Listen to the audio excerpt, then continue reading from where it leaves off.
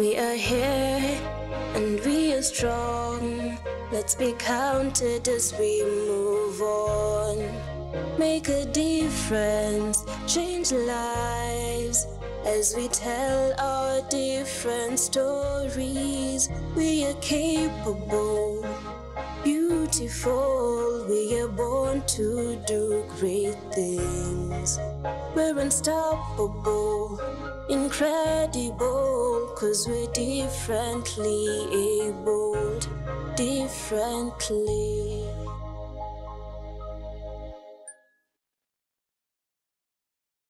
Power of love can never be underestimated. It can move mountains and of course change many lives. Today on the show we are going to focus on the power of love, especially on persons with disabilities. Welcome to the show. I'm Ruth Mweni. 'Cause we're differently abled, differently. At the age of 9 years, Josh Otieno could not walk again. His parents took him to the hospital, but his life has never been the same again. Take a look.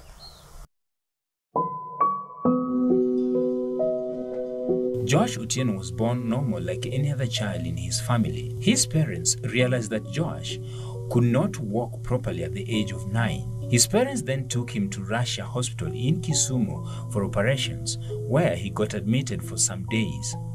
Ilibidi wanipeleke hosi ndio nifanyiwe kama operation ili mguu inyoroshwe ili upate vile unaweza move na hizi chuma yani. After hapo kaka kitu kama I think nilikakaa hosi cause kitambo hizi nini pona inachukuanga muda. Yeah. He then got enrolled to Joyland Primary School in Kisumu, where he studied up to class 7 and dropped out due to lack of school fees.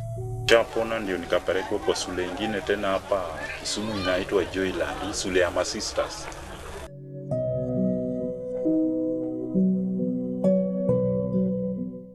Hapo ndio nilisomea kidogo, muda akaacha job ikakatika. Sasa masomo ikakatika na because kuna usaidizi yoyote. Ukiwa umefika level gani? Sasa nikiwa nimefika class 6, 7. He was later taught the basic skills of making shoes by his brother when he came to Nairobi in the year 2000. Muda unajua kishaacha job akawa bibi ya pili, sasa kumuona ni ngori. Ikabidi sasa madhe atafute mbinu yote yenye naweza fundishwa kazi ya tu. Akanileta Nairobi. Josh faces a lot of obstacles in his daily hustles. Kinyesha tembea hadi ufike kwa nyumba inakuanga ngori, lakini lazima ufike juu. Unajua mimi naweza fika cause naisaidia kutembea na hizi. Hata ikiwa iko noma hadi unaenda pole hadi ufike kwa nyumba. Hiyo ndio changamoto yenye tunasikianga yani kutembea yani za zile kumenyesha kumove ni ngori. Hizi mamtaro zenye ziko kibira hizi zikinyesha kuingia huko ni naoma sana. Hasa hizo ndio mahali ngumu yenye tunapitia sisi kama walemavu. In spite of the challenges that he goes through, he still has the morale to wake up in the morning and go to work. Saa zingine job upotea. Na job ikipotea lazima uone vile unaweza pata do ili huko. Unajua kitu yenye nakuanga fani. Kisha kuwe na bibi. Unajua mtoto ajiongea hauna pesa. Sio ni kitu yenye unajua nini. Sasa lazima nionange juu chini, hata kama ni ngori za zingine na ingia katao. Chapa hizo mabusiness ya kuchapa rangi pia kiasi ndio. Nione kama naweza pata kitu kidogo nikuje nangu. Josh still thinks that the government has a lot to do in supporting persons with disability. Siku hizi unapata ukienda kutafuta hizi mabidhaa zenye tunatembea nayo hizi Westland, unapata ni ngumu sana. Utapata sahi chuma hii moja. Unaona hii yenye tunatembea nayo. Ukienda pale kuzikitapa government ilikuwa inatofauti. Unapewa free. Lakini sisi lazima sasa hii moja wanauza kama 800 na kama una pesa unajua itabidi sasa kose venye unaweza move. Stress yako kama ile yangu Ukienda huko unataka, kama anataka utoe karibu 20,000. Hiyo ya mguu tatu. Hii ya mguu nne ndio wanauzanga 15. So government angalia venye anaweza saidia walemavu wa Kenya juu wengi wana work hard na hakuna venye wanaweza pata support yoyote kwa government na kimaisha. Ningesema government aone venye anaweza tusaidia. Hiyo ndio shida yetu. Hizi mavitu zenye tunatumia sisi walemavu ziko expensive kushinda hata wale wenye kwa ikali zaidi. Despite the hurdles he faces, he still has hopes of succeeding in life. He advises those who are physically challenged to keep working hard so as to earn a living. Ukiwa uko na hiyo ugonjwa ya polio,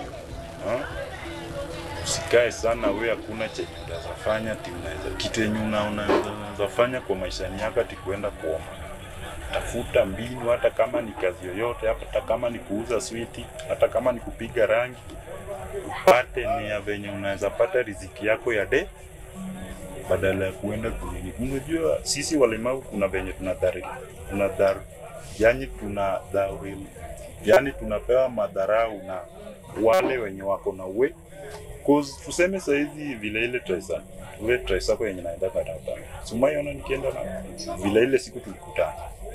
Bosi wale wenye magari wakikuona unakuja, anadhani wewe pia ni bega kama wale wengi. So unaona anavuta kitu. Na wengi si wale wa kuomba. Unaelewa? Sasa hiyo ndio shida yenye tunapitia. Sasa chenye ningependa kuwaelezea, wasikae pia amelemea hawezi fanya chochote. Atafute mbinu yoyote ya hata kama ni kuuza switi, kupiga viatu rangi, kufanya chochote ili apate venye anaweza heshimiwa kimaisha. Cause we're differently abled, differently. Let's take a short break. We'll be right back. Don't go too far.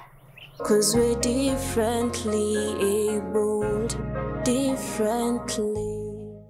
Welcome back. Mandela Gaya lost his sight at a very tender age. Since then, his life has never been the same again. Take a look at his story. Mandela became visually impaired before setting foot in school. There was a growth on my eye, but surprisingly, I was born with that growth. So I could say it was part of the course for the visual impairment. So this growth, the doctors, when they saw it, they just detected that automatically it would lead to vision loss or some complications with the eye. Then later on, this growth just burst. It was something that disturbed his parents, who did not have any experience in handling a person with disability.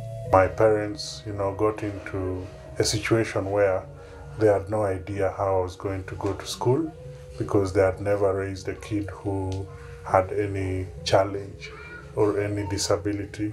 So they started looking around, and finally, after a lot of search and asking, finally they found the school, Kibo's School for the Blind. With consultation, he was enrolled to a school that saw him pursue his dreams despite of what had befallen him. I went to Kibo School for the Blind, which at that time only had primary level up to class 8, normal system. Then I went to Thika High School for the Blind. He is not of the idea of special school, but there is no choice, and most persons with disabilities have to adjust once they join institutions of higher learning. Personally, I've never been for the idea of special schools because I believe there's nothing special about me. But now, due to the fact that my parents had been convinced that it's the best place to be, I also went there, and thank God for my curiosity of wanting to interact with people, different people all the time. So over the holidays, I could go out, play with the other kids and interact with people. Mandela has founded an organization that aims at giving hope to persons with disabilities. The organization was founded in Kisumu, and we have really reached out to different organizations also to partner with them, and different like-minded individuals who want to work with persons with disabilities. We've also reached out to different persons with disabilities and enlightened them on their rights and positions in society. So by so doing, they've become independent economically, socially, politically, and also spiritually. They believe that they can do anything without the support of an individual who is without any disability, and they have the right to start their own families and to run their lives like any other person. We talked to Stephen, who works as a consultant for the organization. During my attachment, I worked in the Kenyan Commission of Human Rights. I was working mostly with the issues to do with persons with disability and the organizations that support them. So that's why I gained interest in promoting IT to persons with disability. For him, Kenya has not yet reached the highest level when it comes to technology on persons with disabilities. In the United States and Europe, students with visually impaired are able to do computer science or programming and coding, or maybe software engineering. But here in Kenya, we haven't reached that level. So I just had to pause my dream, but I'll still pursue it, and I hope that the technology that is out there will reach Kenya one day. He hopes that something will be done to empower persons with disabilities. If it's possible, we should get a platform, or the ones that are there, we use them to enlighten. We have sessions for mobility. We have learning, reading and writing with Braille. But I also think we should have one to deal with technology exclusively, because people out here, they may have the gadgets, but they don't know how to use them.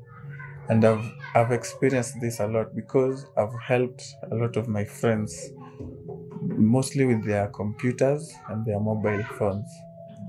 Yeah, so I would really love to see people being enlightened with what they have. This would reduce their dependency to other people. Mandela agrees with these sentiments, and he has always been challenging himself to learn new skills in technology. I have these ducts, these shades that have an extension to my ears, they're earphones, and everyone asks, what are they for? So some people wonder, are they meant to give me directions or to tell me what's ahead of me? But no, they are just decoration. I just love to be quite sophisticated, because after all, I call myself the blind man who can see. On the welfare of persons with disabilities, he says that the government can plan better by having exact, inaccurate numbers and also consult the right people.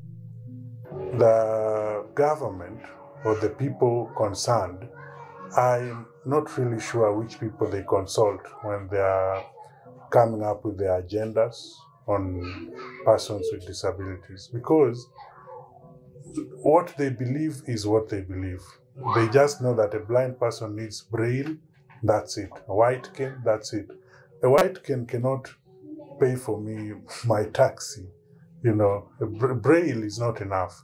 They need to open and come down to the grassroots and gather data from the persons themselves with disabilities and ask them, what do you want? How do you want it done? You see, like for example, me, I don't use Braille nowadays. There is technology. Would use computers, phones, which are less expensive than the Braille or the so-called Braille notes and what. Yeah, I think our government should open to hearing opinions from ourselves and not the people who are up there. 'Cause we're differently abled, differently. Patricia has enjoyed unconditional love from her parents, even after an accident which almost shattered her dreams and left her partially paralyzed. Here is her story.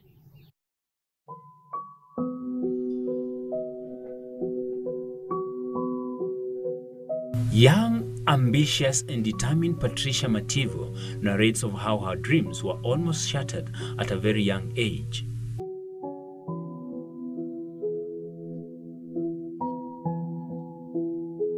Six, 7 years ago, actually it was 2012 December, I got into an accident.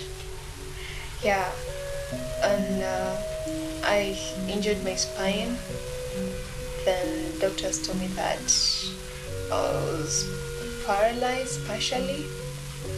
Yeah, so since then up to date, I've been using crutches. Actually, I started with a wheelchair, then I upgraded to crutches. Then I actually stopped doing therapy because of time, resources.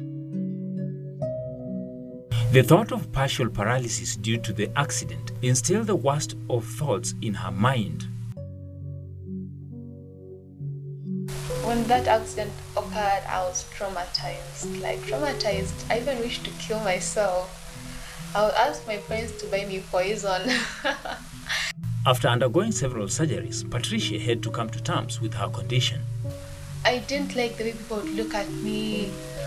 Yeah, I was very stressed to a point where I had to get a counselor. Yeah, then I told myself, so for me to distract these people, I should give them some reason not to focus on my disability. Yeah? So I told myself, if I do well in class and they hear about it, they'll be more interested with what I do in class more than my disability. And that's what happened. And I think that's how I got myself comfortable. Though the journey has not been easy, she has her family to thank for being a strong support system.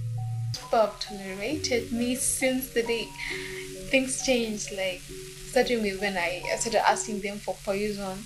So that was really traumatizing to them, like why would I even ask them that? So I think the reason I'm still standing strong today is because first, God's support and blessings, then my parents and my siblings, like they're always there to assure me everything will be okay. They're supporting me in terms of academics. Everything I want, they just help me with it, just to make me feel comfortable. Now, it has been a difficult year, a difficult journey, more so for her, because mobility is a bit difficult. Yeah, but she's coping. I'm happy. She's coping with her situation. Despite the challenges, Patricia is determined to make it in life, surpassing people's empathy. It rains, it gets really muddy some places, and it gets very slippery. So again, I have to reduce my pace, or at times I normally fall, by the way. When it rains, even when I try to reduce my pace, anyhow, but I just find myself slipping down. Yeah, it's just mainly mobility. Like at times I would have plans to go somewhere for my betterment, but because I can't go with a mat. Mud isn't convenient for me. So the only convenient method is using an Uber or a motorbike. But again, Uber every time, I don't have that amount of money. Aside from being a pet lover, she is also a good cook. The fact that Patricia likes to maneuver her way around things is a clear sign that disability is not inability. Therefore, her word of wisdom to the viewers at large is: shouldn't give up. Just stand strong. I know it's not very easy. It's not even easy. Yeah, but just give yourself time. Believe in God. Things will change. Try to show people that you can do things. Yeah, like make yourself somebody who people will look up to. Yeah, just don't stay at your comfort zone. If you really want to make a change, you have to get out of your comfort zone. 'Cause we're differently abled, differently. The Kenya National Paralympic Trials were held at Kasarani Stadium to select a team that will represent Kenya during the Morocco qualifiers. This is how the event went down. Take a look. Kenya National Paralympics trials for athletics, both track and field events, were held on 15th of January 2020 at Kasarani Stadium. Today we have met at Kasarani with the Paralympic team. We are doing our trials to select the team that is going to represent us in Morocco qualifiers, which is a qualifier, it's a direct qualifier to Tokyo 2020. This was done to select a team to compete in Morocco Championship in February 2020 qualifier towards Paralympic Games in Tokyo. This competition you are seeing now happening, we are selecting team which will represent us to Morocco so that they can be able to qualify for Tokyo. Athletes were drawn from different counties all over the country. Siku ya leo ninafurahi, nimeshiriki mbio za mita 5,000 na mita 1,500 na nimeweza kufuzu kwenda kuwakilisha Kenya kule Morocco. Tukishirikiana na yeye kwa mazoezi na nimemsaidia mpaka kiwango Kenya ameifikia. It's my first time to come for this international athletics, but I'm always determined to go for athletics since running is my talent. I've done one race, 100 meters.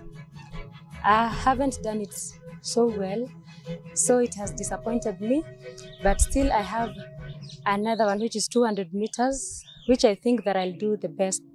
Time was a factor and there was a need to start early training, although the resources available were scarce. We are not really good with the resources because even right now, as we are saying that we want to start our training very early with the athletes. It is really difficult because we don't have funding. Even as we are doing this event, we do not have funding. We just volunteered ourselves and did a little contribution so that we could have this event. Without this event, then we wouldn't have the right people going to Marrakesh.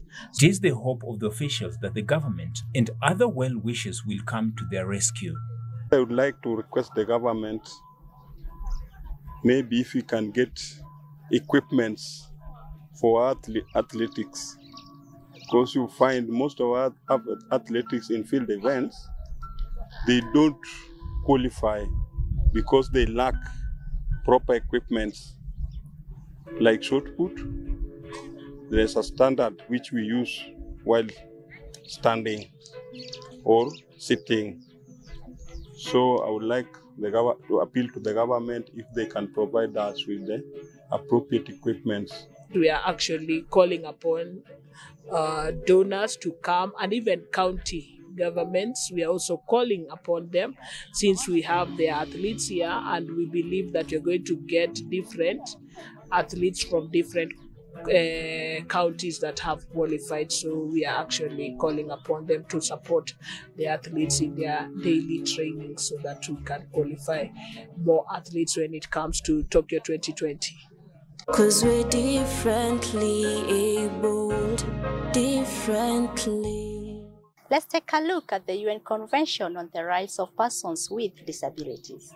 Article 6 of the UN Convention states that state parties recognize that women and girls with disabilities are subject to multiple discrimination, and in this regard shall take measures to ensure the full and equal enjoyment by them of all human rights and fundamental freedoms. That's all for today. We hope and trust that this program has given you the drive to think differently about persons with disabilities. I've been your host, Ruth Mweni. Till next week, same time, have a nice evening.